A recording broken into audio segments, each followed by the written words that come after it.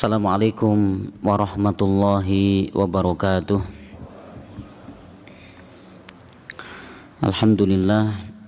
Alhamdulillahi rabbil alamin.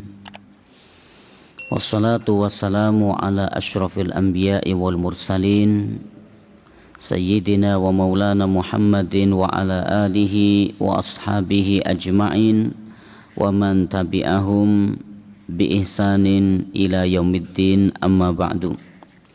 Bapak Ibu ingkang kula hormati, segala puji hanya milik Allah, Zat yang telah memberikan kenikmatan kepada kita. Di antaranya pagi ini Allah kembali mudahkan kita untuk sama-sama kita ngaji bareng. Kita semua berharap semoga apa yang kita pelajari nanti menjadi ilmu yang bermanfaat. Salawat dan salam kita haturkan dan semoga tetap tercurah kepada Rasul junjungan beliau Nabi Muhammad sallallahu alaihi wasallam, kepada keluarga beliau, para sahabat dan siapapun di antara umatnya yang senantiasa mengikuti petunjuk dan sunnah-sunnahnya sampai hari kiamat kelak. Bapak Ibu ingkang kula hormati, alhamdulillah pada kesempatan pagi hari ini kita akan melanjutkan ngaji bareng kita belajar bersama dari kitab Tauhid. Di pertemuan terakhir kita menyelesaikan tentang cinta kepada Allah Subhanahu wa taala dan cinta karena Allah Subhanahu wa taala. Sekarang kita akan masuki bab berikutnya tentang takut kepada Allah Subhanahu wa taala. Ya, kalau dulu cinta, ya sekarang takut kepada Allah.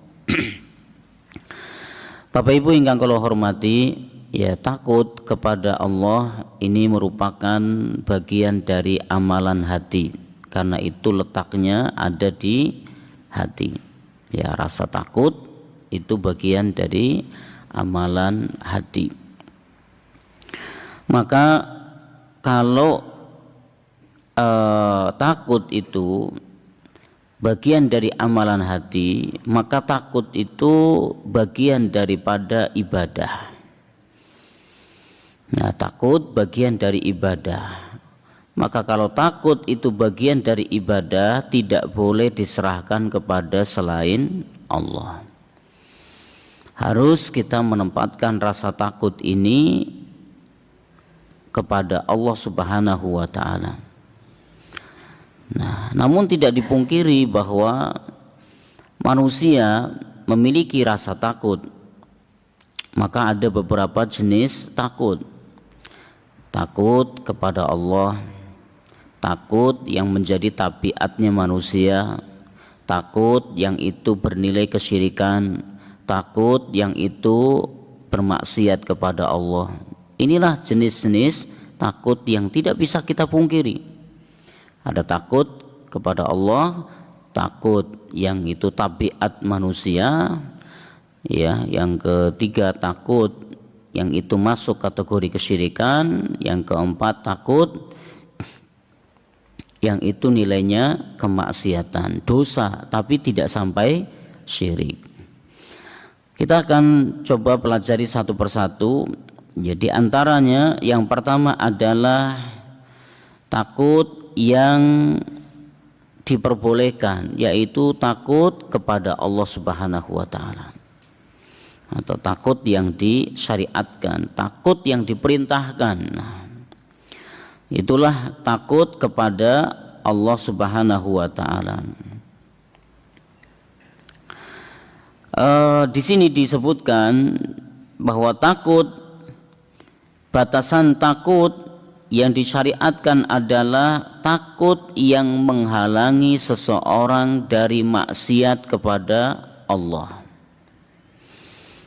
Takut yang menghalangi seseorang dari maksiat kepada Allah. Nah, takut yang menghalangi seseorang dari maksiat kepada Allah ini harus disertai dengan harapan, ya, harus diimbangi dengan harapan. Harapan akan rahmat Allah Subhanahu wa taala. Harapan akan kasih sayang Allah. Sehingga dalam diri seseorang itu ada dua. Yang pertama adalah rasa takut, yang kedua rasa harap. Takut dan harap. Jangan sampai hanya takut saja tanpa punya harapan. Juga seorang jangan sampai hanya punya rasa harap tanpa ada rasa takut. Kalau seseorang itu punya rasa takut kepada Allah namun tidak punya rasa harap, apa yang terjadi? Putus asa. Orang hanya takut kepada Allah, ya, takut kepada Allah. Takut kalau nanti amalnya nggak diterima, takut ya dengan siksa Allah, tapi nggak ada rasa harap akan rahmat Allah. Maka yang terjadi adalah rasa takut ini membuat seseorang putus asa dari rahmat Allah. Nah, seseorang ketika yang ada adalah harap, ya, harapan, berharap amal diterima, berharap ini tanpa ada rasa takut, khawatir ditolaknya amal, maka yang terjadi orang akan menyepelekan. Nggak ada evaluasi, yang ada adalah waton, asal jalan, ya, asal dilakukan itu. Maka dua-duanya dalam setiap seorang muslim mesti ada rasa takut, ada rasa harap. Takut kepada Allah, harap karunia dan rahmat Allah. Nah, disebutkan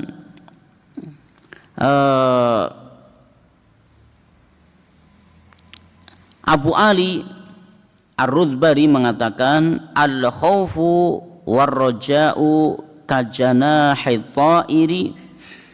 Takut dan harap itu seperti dua sayap burung. Idza stawaya istawa thairu. Apabila burung itu seimbang antara sayap kanan dengan sayap kiri, sempurnalah terbangnya. Sempurnalah terbangnya. Wa tamma tayaranuhu. Wa idza naqasa ahaduhuma, kalau salah satu dari sayapnya itu kurang, cacat, waqa'a fihin naqsu, maka di dalam dua sayap burung itu pun terbangnya akan kurang maksimal. Wa idza dhahaba sarat ta'iru fi haddil mauti. Jika keduanya itu enggak ada, kanan enggak ada, kiri enggak ada sayapnya, maka burung itu mati, enggak bisa terbang sama sekali. Oleh karena itu dua hal ini tidak bisa dipisahkan. Kita di dalam beramal soleh mesti harus ada rasa takut akan ditolaknya amal, juga harus ada rasa harap, berharap semoga amal kita bernilai di sisinya, sehingga berimbang antara takut dengan harap. Nah, ini Bapak Ibu yang kami muliakan, ini perlu kita usahakan, hadirkan, upayakan di dalam diri kita. Mesti harus dua rasa ini, karena dua rasa ini tidak bisa datang otomatis. Ini harus diusahakan, diupayakan oleh seseorang, karena tidak datang secara tiba-tiba.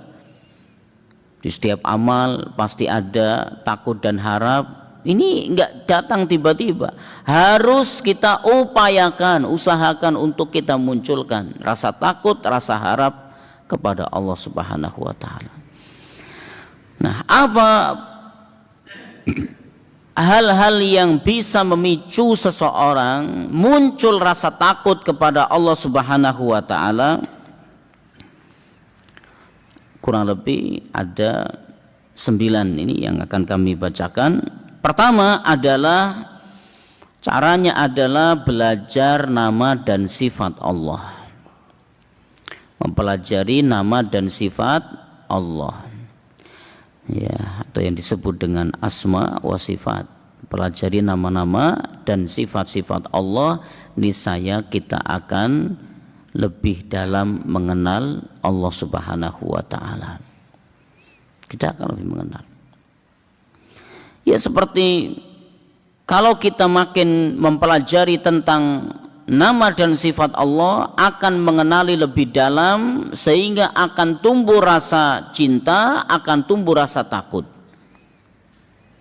Ya, seperti orang kita mengatakan tak kenal maka tak sayang. Gimana orang akan cinta, akan sayang kalau kenal saja tidak?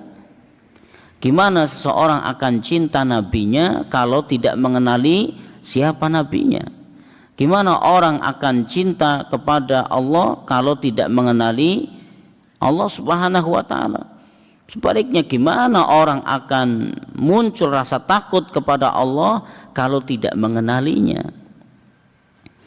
Ya, oleh karena itu mempelajari nama-nama dan sifat Allah ini akan menumbuhkan rasa takut kepada Allah Subhanahu wa taala. Maksudnya mempelajari nama-nama dan sifat Allah ini akan menjadikan kita takut melanggar larangan-larangan Allah, karena ancaman di balik larangan Allah ini sangat keras. Siksa Allah, azab Allah. Dan Allah Subhanahu wa taala telah menyebutkan contoh umat-umat terdahulu yang mereka melanggar aturan-aturan Allah. Apa yang terjadi? Allah hancurkan, Allah luluh lantakan, Allah binasakan mereka, bahkan ada yang tak tersisa. Allah hancurkan. Apa sebabnya? Karena melanggar aturan-aturan Allah. Maka Allah Subhanahu wa taala ya berfirman di dalam Al-Quran, wala yuthiku wathaqahu ahad.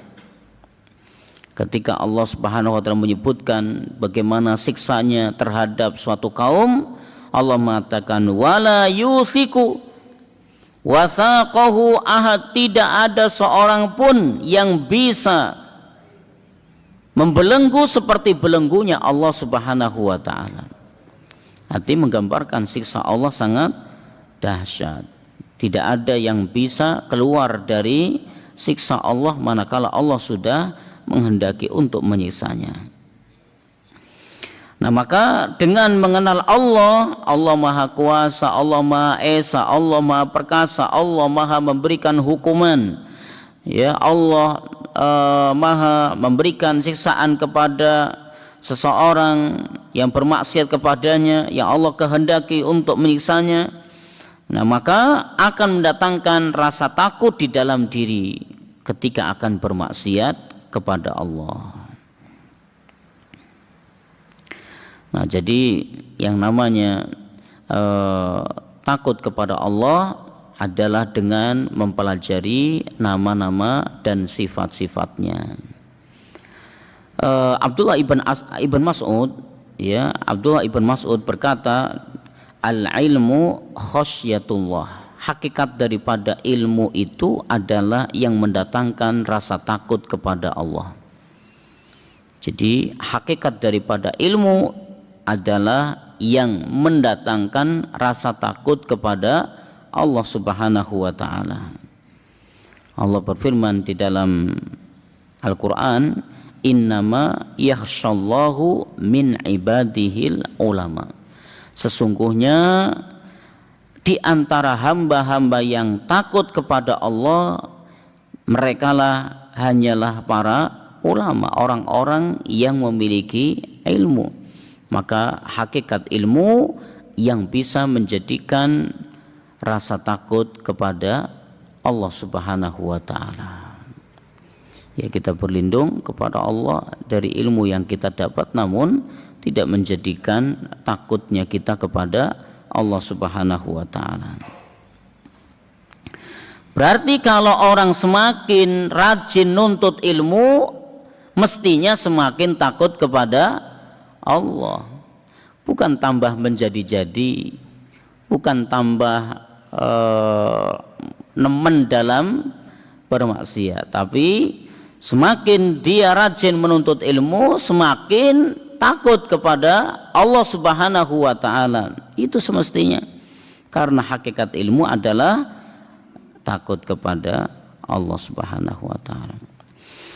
Al-Imam Ibnu Qayyim Al-Jauziyah rahimahullahu ta'ala beliau mengatakan, ilmu yang tidak mengantarkan seseorang takut kepada Allah, maka berarti ada sesuatu di dalam dia mencari ilmu, terkontaminasi dengan niat yang tidak lurus. Apakah itu niatnya karena orang lain pengen dapat pujian, atau karena cuman ikut-ikutan, atau mungkin karena pekewo, atau karena gengsi, atau karena apalah. Itu bukan karena Allah Subhanahu wa ta'ala. Maka kalau menuntut ilmunya kita ini tidak bisa menjadikan takut kepada Allah, maka ada sesuatu di dalam hati kita. Ada sesuatu di dalam hati kita pada saat kita mencari ilmu. Karena ilmu itu, hakikatnya ilmu adalah yang mengantarkan kita takut kepada Allah Subhanahu wa ta'ala. Nabi SAW pernah bersabda, wallahi, demi Allah, inni la'u'allimukum billahi azza wa jal, aku adalah orang yang paling tahu, inni la'a'lamukum billahi azza wa jal, sungguh aku adalah orang yang paling tahu tentang Allah Subhanahu wa ta'ala. Wa akhsyakum lahu, dan aku adalah orang yang paling takut kepada Allah Subhanahu wa ta'ala. Jadi Nabi SAW sumbernya ilmu, Nabi sumbernya ilmu, dan Nabi mengatakan, aku yang paling tahu tentang Allah dan aku yang paling takut kepada Allah. Maka inilah hakikat ilmu, makin memiliki ilmu makin takut kepada Allah. Oleh karena itu, kalau bisa kita katakan bahwa ilmu itu berjalan garis lurus dengan rasa takut. Makin garisnya makin panjang, maka rasa takutnya makin tinggi. Makin banyak ilmunya, maka makin merasa takut kepada Allah Subhanahu wa ta'ala. Ya, inilah mempelajari nama-nama dan sifat-sifat Allah Subhanahu wa ta'ala akan menjadi sebab orang makin takut kepada Allah Subhanahu wa ta'ala. Yang kedua, di antara sebab yang bisa menjadikan seseorang takut kepada Allah adalah mengingat-ingat siksa Allah Subhanahu wa ta'ala. Bagaimana siksa Allah terhadap kaum yang durhaka kepada Allah dan Rasulnya. Allah sebutkan banyak di dalam Al-Quran tentang umat-umat terdahulu. Bagaimana ancaman-ancaman terhadap mereka, orang-orang yang mendurhakainya. Bagaimana Allah sebutkan, gambarkan sengsaranya orang berada di neraka jahanam, penghuninya. Nah, ketika kita membaca, mempelajari apa yang Allah sebutkan dalam Al-Quran tentang ancaman neraka jahanam, bagaimana penghuninya, bagaimana bentuk siksanya, akan menjadikan kita makin takut kepada Allah Subhanahu wa ta'ala. Nabi SAW menyebutkan api neraka itu 1:70. Satu api neraka 70 api dunia yang paling panas.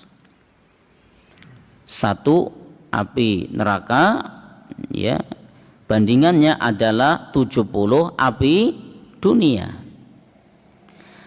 Sementara api dunia ini juga bertingkat-tingkat. Ada yang mungkin ya warnanya hanya kuning saja, ada yang merah, ada yang biru. Nah, artinya kualitas api dunia panasnya itu bertingkat-tingkat. Ada yang sangat panas hingga ratusan derajat Celcius, bahkan ribuan derajat Celcius. Nah, ini maksud yang disampaikan oleh Kanjeng Nabi 1:70. 70-nya ini api yang mana ini? Maka nggak mungkin api yang biasa-biasa saja. Tapi di sini adalah api yang paling panas. Maka neraka itu 70 kali lipatnya. Kita bisa bayangkan api dunia saja yang kualitas panasnya itu biasa-biasa saja, tangan kita nggak mampu loh, nggak kuat kita tempelkan berapa detik saja, nggak kuat. Apalagi api yang paling panas, gimana rasanya? Apalagi 70 kali lipatnya. Maka Allah Subhanahu wa taala menggambarkan bagaimana siksaan di dalam neraka jahanam. Kata Allah Subhanahu wa taala, kullama nadijat juluduhum, setiap kali penghuni neraka itu kulitnya melepuh, kulitnya hangus, terbakar oleh api neraka, badalnahum juludan ghairaha, langsung seketika akan diganti dengan kulit yang baru. Bayangkan. Padahal harapannya penghuni neraka itu ya sudah sedang disiksa, mati, sudah nggak merasakan lagi. Itu harapannya penghuni neraka. Ternyata dalam neraka nggak begitu. Allah mengatakan la yamutu fiha wa la yahya. Di dalam neraka itu nggak hidup, nggak juga mati. Kalau mati kan karuan, jelas artinya nggak merasakan apa-apa. Tapi ternyata dalam neraka itu la yamutu fiha wa la yahya. Nggak hidup, nggak mati. Artinya apa? Tetap merasakan pedihnya neraka. Maka Allah gambarkan setiap kali dibakar kulitnya melepuh, kulitnya hangus, badalnahum juludan ghairaha, langsung diganti dengan kulit yang baru. Untuk apa demikian? Liyadzukul adzab, supaya lebih merasakan pedihnya siksa. Kalau kita bayangkan seperti itu, akan buat kita makin takut kepada Allah Subhanahu wa taala. Bapak Ibu yang kami muliakan, saya pernah baca sebuah kisah. Dulu ada seorang ibu yang membawa bepergian sama anak perempuannya. Di satu tempat, qadarullah, si anak perempuannya ini terpisah dengan ibunya. Ibunya sudah duluan. Karena hari sudah larut malam, maka bimbang ini anak gadisnya, ini anak perempuannya ini bimbang, mau kembali ke tempat asalnya jauh, mau melanjutkan perjalanan juga jauh, sedangkan sudah malam hari, nggak mungkin jalan sendirian. Di tempat itu pun sepi orang. Maka dia melihat ada sebuah rumah yang nampak dari luar seperti ada lampu yang menyala, berarti di sana ada orang. Dia bermaksud untuk nunut istirahat, besok pagi lanjut perjalanan. Dia pun datangi rumah tersebut, diketuklah pintu, ucapkan salam, ternyata keluar seorang anak muda, seorang pemuda. Dan ternyata di rumah itu pemuda hanya sendirian, sedangkan dia seorang gadis. Dirinya ini yang datang ini seorang gadis. Di dalam rumah tersebut seorang anak muda. Maka nggak ada dalam hatinya kecuali dia mengatakan, kalau pemuda ini baik, selamat saya. Tapi kalau pemuda ini nggak baik, sudah, ya wassalam, nggak selamat. Karena kondisinya di rumah itu hanya ada satu orang saja, seorang pemuda. Akhirnya dia pun menyampaikan maksudnya, ya minta izin untuk bermalam, dipersilahkan bermalam. Ya dia istirahat di satu tempat, kemudian dikasih tirai oleh pemuda tersebut.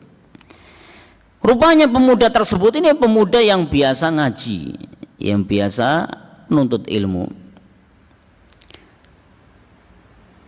Tak terkecuali siapapun oleh setan itu kalau ada kesempatan pasti akan digoda. Termasuk pemuda ini pun sama, digoda oleh setan. Bagaimana hatinya ini dirasuki, ya bisiki. Ini kesempatan emas. Nggak ada orang lain di rumah itu, tetangganya pun jauh. Artinya apa? Sepi kondisinya, hanya anak muda dengan seorang gadis. Maka setan pun sudah mulai bisik-bisiki di dalam hati sang pemuda tersebut. Tapi ketika sang pemuda tersebut ingat bagaimana siksa Allah Subhanahu wa taala amat sangat pedih, maka apa yang dilakukan oleh pemuda ini? Pemuda ini ngambil lilin. Ngambil lilin, dinyalakan. Setiap kali bisikan setan itu datang, jarinya ditempelkan di sebelahnya panasnya lilin. Supaya apa?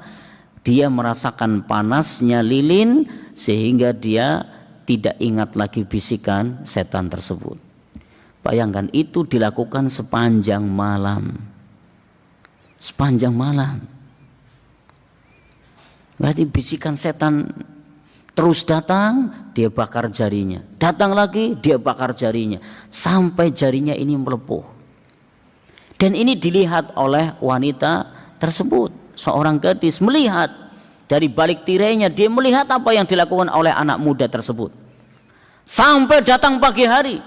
Begitu datang pagi hari, perempuan ini pamit melanjutkan perjalanan, ketemu dengan ibunya, cerita tentang kejadian semalam. Bagaimana anak muda yang luar biasa. Maka ibunya cerita kepada seorang syekh yang hidup di daerah tersebut, cerita tentang seorang anak muda yang luar biasa. Singkat cerita, ketika seorang alim ini, syekh ini, dia ngajarkan ngaji, muridnya banyak, kemudian bercerita tentang bagaimana cerita seorang anak gadis. Lalu mayoritas atau semuanya yang hadir ini anak-anak muda. Maka anak-anak muda ini disuruh angkat tangan, angkat jarinya. Ada satu anak muda yang tidak mau angkat jari karena jarinya luka, melepuh, luka bakar. Nah, maka saya mengatakan berarti ini orangnya ini yang tadi malam dia bakar jarinya karena takut kepada Allah Subhanahu wa taala. Akhirnya dinikahkanlah pemuda tersebut dengan wanita yang menginap di rumahnya. Masya Allah. Barang siapa yang meninggalkan sesuatu karena Allah, Allah mengganti dengan yang lebih baik. Nabi mengatakan, man baddalallahu bihi barang siapa yang meninggalkan, ya, barang siapa yang meninggalkan sesuatu, man taraka syai'an lillahi azza wa jal baddalakallahu bihi khairan minhu. Barang siapa yang meninggalkan sesuatu karena Allah motivasinya, maka Allah akan ganti untuknya dengan yang lebih baik. Anak muda ini meninggalkan sesuatu yang haram. Bagaimana bisikan setan untuk berzina di malam itu, nggak ada orang tahu, nggak ada orang lihat, sepi kondisinya, di rumah hanya berdua saja, dia dengan anak gadis. Ya, namun dia tinggalkan itu semua karena dia takut kepada Allah. Bahkan dia rela jarinya didekatkan di api lilin yang kemudian membakarnya sampai tangannya melepuh, hanya ingin supaya terhindar dari bisikan setan. Maka Allah ganti dengan yang lebih baik, yaitu yang halal. Akhirnya dinikahkan pemuda itu dengan anak gadis. Ini jadi tahu dan mengingat-ingat siksa Allah Subhanahu wa taala akan menjadikan kita takut kepada Allah. Maka Allah Subhanahu wa taala berfirman, fattaqun nar, takutlah kepada Allah, kepada api neraka, allati waquduhan nas wal hijarah, di mana api neraka itu dia bahan bakarnya adalah batu dan manusia.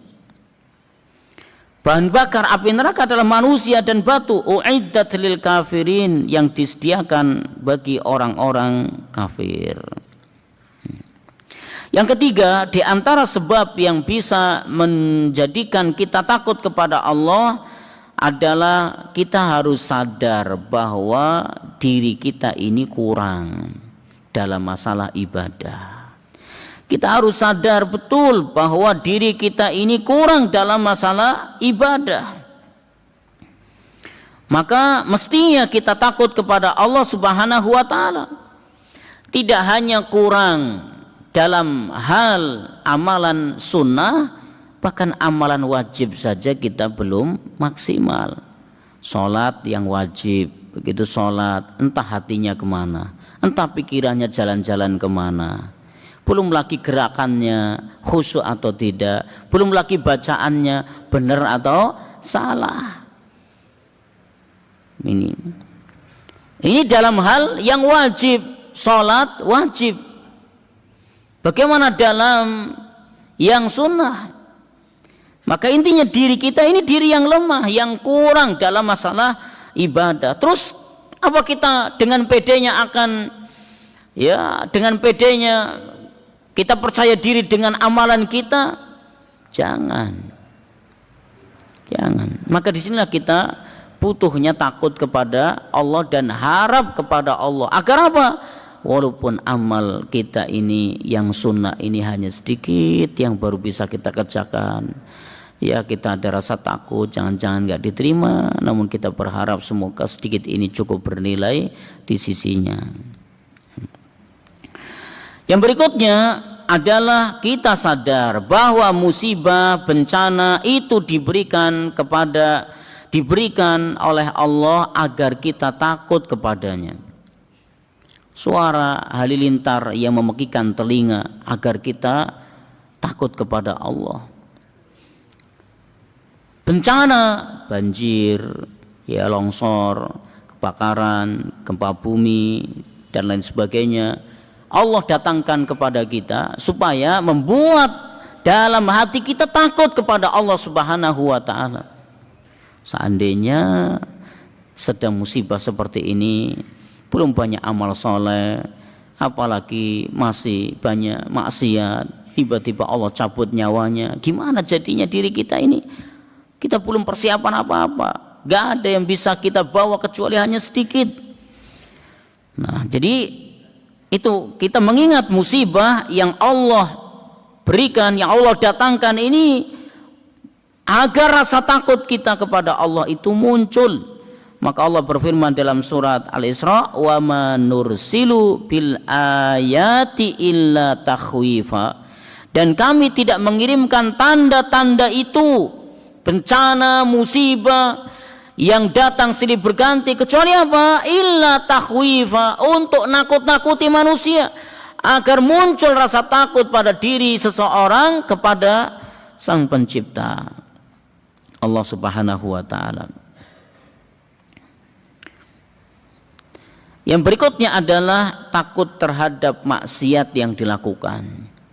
Takut terhadap maksiat yang dilakukan. Maksiat yang dilakukan oleh seseorang, dampaknya itu tidak hanya akhirat saja, akan tetapi lebih dari itu, yaitu dampak dunia. Seorang enggak menjaga lisannya, dia menyakiti orang lain, dia mendolimi orang lain, enggak mau bakti sama orang tua, ya, kemudian mengambil hak orang lain, faliyadzubillah, maka ingat enggak hanya akhirat, ya, balasannya akan tetapi cepat atau lambat di dunia pun Allah akan kasih balasannya.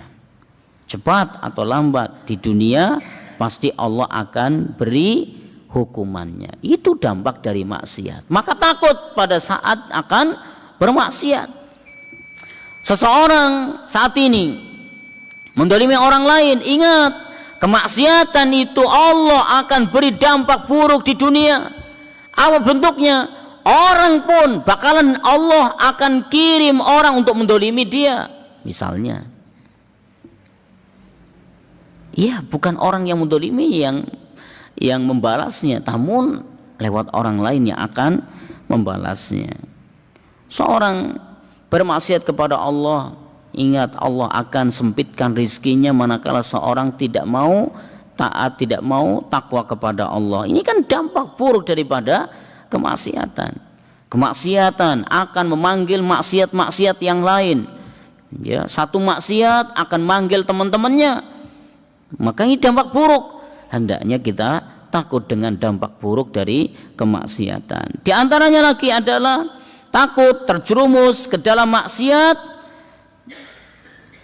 di kemudian hari. Takut ini mirip ini ketika kalau tadi takut pada saat dia akan melaksanakan terhadap maksiat yang dilakukan, yang ini takut akan jatuh pada maksiat di kemudian hari. Di antaranya lagi yang bisa menimbulkan rasa takut kita kepada Allah adalah khawatir mati dalam keadaan su'ul khatimah.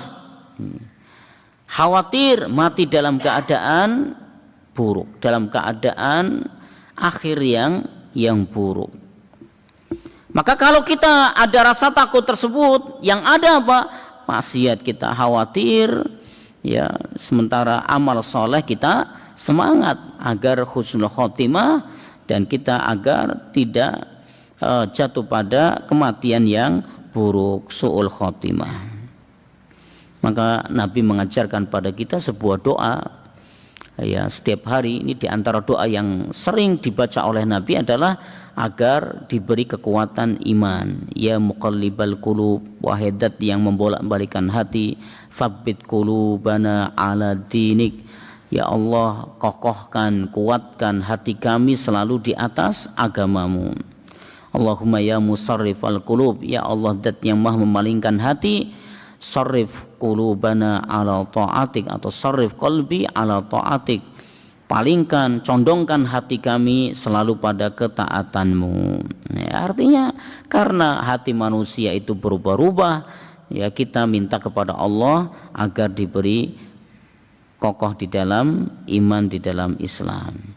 Di antaranya lagi adalah yang menyebabkan kita takut kepada Allah, takut amalnya enggak diterima. Takut amalnya enggak diterima. Bapak Ibu yang kami muliakan, kita pernah mendengar bagaimana kisah Nabi Ibrahim alaihi salam bersama putranya Ismail ketika beliau berdua membangun Ka'bah. Apa yang dilakukan oleh Nabi Ibrahim? Setelah bangun Ka'bah, Nabi Ibrahim berdoa, Rabbana taqabbal minna innaka antas sami'ul alim. Rabbana taqabbal minna innaka antas sami'ul alim. Wahai Rabb kami, terimalah amalan kami ini, sesungguhnya Engkau adalah zat yang maha mengetahui, zat yang maha mendengar lagi maha mengetahui. Kata para ulama, Nabi Ibrahim itu yang memerintahkan bangun, Allah yang merintahkan. Apa yang dibangun oleh Nabi Ibrahim? Rumah Allah subhanahu wa ta'ala. Yang nyuruh bangun Allah, yang dibangun rumah Allah. Itu pun masih, ya, berdoa kepada Allah agar diterima amalnya. Itu Nabi Ibrahim alaihissalam. Lalu bagaimana dengan kita? Kita yakinlah apa yang dilakukan oleh Nabi Ibrahim alaihissalam sesuatu yang Allah ridhoi karena perintah Allah, sesuatu yang baik. Itu pun masih berharap agar diterima amalnya. Terus kita bagaimana? Yang kita ini, ya, kadang kita berbuat taat, namun sering kali kita tidak terasa kita bermaksiat kepada Allah. Semestinya kita lebih lagi merasa bahwa jangan-jangan amalku ditolak. Maka Nabi SAW mengajarkan kepada kita, di setiap pagi hari Nabi berdoa 3 hal, diantaranya adalah agar diterima amal solehnya. Allahumma inni as'aluka ilman nafi'a wa rizqan thayyiba wa amalan mutaqabbala. Ya Allah, sungguhnya aku mohon kepadamu ilmu yang bermanfaat, rizki yang baik, dan amal soleh yang diterima. Para sahabat Nabi selepas Ramadan itu berlalu, 6 bulan setelahnya mereka banyak berdoa, ya Allah terima amalan kami selama di bulan Ramadan. Sekarang ada 6 bulan nggak dari Ramadan? Ramadan kemarin bulan Maret, ya. Sekarang bulan Agustus, April, Mei, Juni, Juli, Agustus, baru 5 bulan. Ini para sahabat 6 bulan setelah Ramadan doanya adalah agar amalan mereka selama di Ramadan diterima. Kita sekarang bagaimana? Sudah lupa Ramadan. Sudah lupa Ramadan. Mungkin bahkan baru di bulan Syawal saja sudah lupa, sudah berhenti kita berdoa agar diterima amal soleh kita di bulan Ramadan. Ini para sahabat 6 bulan setelah Ramadan berlalu mereka berbanyak doa agar amalan di Ramadan diterima. Itu saja Bapak Ibu yang kami muliakan yang bisa kita pelajari pada pagi hari ini. Semoga menjadi ilmu yang bermanfaat. Wallahu a'lam bishawab. Kita akhiri dengan baca doa penutup majelis. Subhanakallahumma wa bihamdika asyhadu an la ilaha illa anta astaghfiruka wa atubu ilaik. Mohon maaf tidak sampai syuruk. Assalamualaikum warahmatullahi wabarakatuh.